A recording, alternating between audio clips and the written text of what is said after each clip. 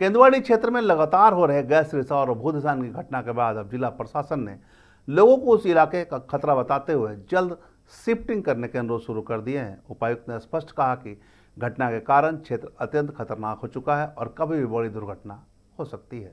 नमस्कार, मैं धीरेन्द्र, आप देख रहे हैं मिरर मीडिया। भूधसान क्षेत्र में रहने वाले लोगों के पुनर्वास को लेकर जिला प्रशासन ने बेलगड़िया में शिफ्टिंग की प्रक्रिया तेज कर दी है।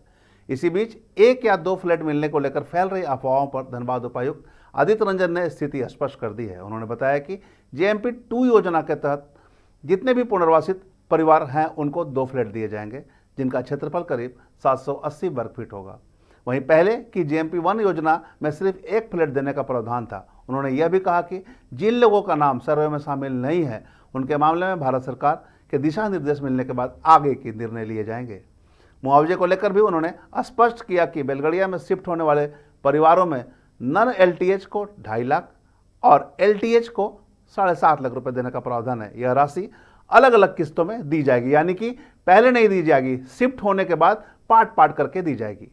इसके अलावा उपायुक्त ने कहा कि अगर किसी आपात स्थिति में तत्काल शिफ्ट किया जाता है तो ऐसे मामलों में अस्थायी रूप से 1 फ्लैट दिया जाएगा। प्रशासन ने लोगों से अपील की है कि वे अफवाहों पर ध्यान न दें और सुरक्षित पुनर्वास के लिए सहयोग करें। 2.0 में सभी को 2 फ्लैट मिलने हैं, वो स्पष्ट है। वो 1 फ्लैट जेएमपी 1.0 में था, पर अब जो नए अलॉटमेंट, फ्रेश अलॉटमेंट होने हैं उसमें 2 फ्लैट मिलना है। अब जो सर्वे में हैं उनके नाम से, अब जो सर्वे में नहीं हैं उनके लिए अभी हम लोग क्या व्यवस्था करेंगे वो हम लोग मार्गदर्शन मांगे हैं भारत सरकार से। पर चूँकि आप भी समझते हैं कि जेएमपी 2.0 में 15,080 परिवार का डेटा जो है वो फ्रीज कर दिया गया कि भाई जो 17-19 में सर्वे हुआ तो उसमें 15,080 परिवार है जिनको फ्रीज किया गया। तो जो फ्रोजन डेटा है उनको 2 फ्लैट ही मिलना है जो 15,080 में।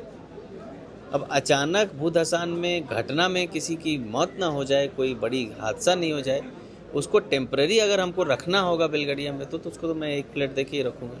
बाद में उसमें प्रक्रिया होगी कि भाई उसको अगर सर्वे का पार्ट बनाना है तो उसको एंटाइटलमेंट क्या मिलेगा, उसको नियम से 1 मिलेगा, 2 मिलेगा, वो तो बात की बात है। बट अगर सेफ्टी के नज़र से देखें कि अगर कल को कोई घटना ना हो जाए किसी परिवार के साथ तो इमीडिएट अगर हम लोग उसको राहत के लिए राहत शिविर के तौर पर देंगे तो 1 ही फ्लैट देंगे। लेकिन जो फॉर्मल अलॉटमेंट है, जो सर्वेड लिस्ट है जेएमपी 2.0 में, जो 2017-19 के सर्वे में जिनका नाम है, जो 81 हाई रिस्क साइट में रहते हैं, उन सब को स्पष्ट है कि 39 स्क्वायर मीटर का 2 फ्लैट यानी 780 स्क्वायर मीटर का एरिया मिलेगा रहने के लिए, और वो दोनों फ्लैट अगल बगल मिलेंगे। हर यूनिट में 4-4 करके 4 फ्लोर 16 फ्लैट है, वो 8 परिवार को मिलेगा। अगेन जो सर्वेड है, जो डेटा फ्रोजन है, अगर वो परिवार आता है तो उसको कुछ ऐड करने का जो सर्वे में छूट गया सर, कैसे? उसके लिए अभी हम लोग, वही मैं बता रहा था, उसके लिए अभी हम लोग भारत सरकार को चिट्ठी भी भेजें मार्गदर्शन के लिए।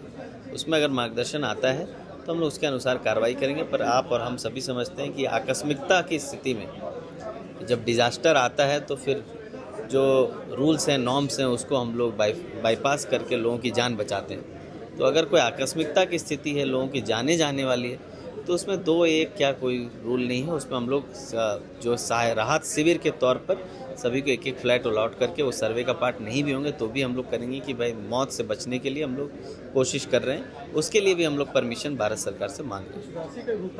वो 2.5 लाख रुपया नॉन एलटीएच को और एलटीएच को 5 लाख रुपये, 7.5 लाख का प्रावधान, 7.5 लाख का प्रावधान। तो जो नॉन एलटीएच एनक्रोचर हैं जिनका अपना ज़मीन नहीं है उनको फिक्स 2.5 लाख है, वही मेजर चंक है। एलटीएच का चंक तो बहुत छोटा है, वो बहुत कम संख्या में। नॉन एलटीएच को 2.5 लाख का प्रावधान है। 50,000, 1 लाख और 1 lakh. 50,000 shifting allowance, 1 lakh livelihood allowance और 1 लाख रेंटल अलाउंस, और वो हम लोग किस्तों में देंगे। ऐसा एक साथ किसी परिवार को नहीं देंगे। अदरवाइज़ आप भी जानते हैं कि पैसे लेने के बाद अगर वहीं रहने लग जाएंगे तो फिर पूरा जो प्रोसेस है उसका कोई फ़ायदा नहीं रह जाएगा। तो हम लोग शिफ्टिंग दे देंगे, आप शिफ्ट कर जाइए। उसके बाद हम देखेंगे कि आपका रेंट न लगे कहीं जहाँ लग रहा था, या आपको पैसा खर्चा नहीं हो, उसके लिए हम लोग फिर रेंटल 50,000 दे देंगे। फिर अनदर 6 महीना जब आप रह लेंगे तो फिर हम अनदर 50,000 दे देंगे।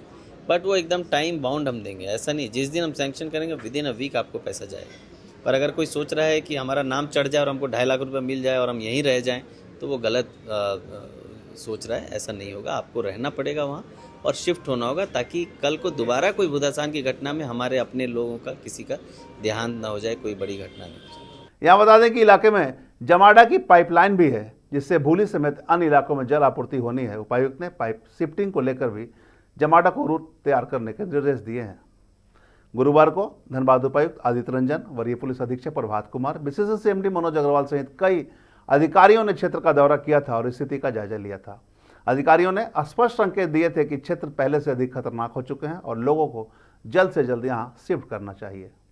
कुल मिलाकर बेलगड़िया में पुनर्वास के साथ साथ रोजगार सृजन पर भी जोर दिया जा रहा है, ताकि लोगों को बेहतर रोजगार मिल सके और इसे लेकर 28 अप्रैल को प्री बिड मीटिंग भी आयोजित की जाएगी।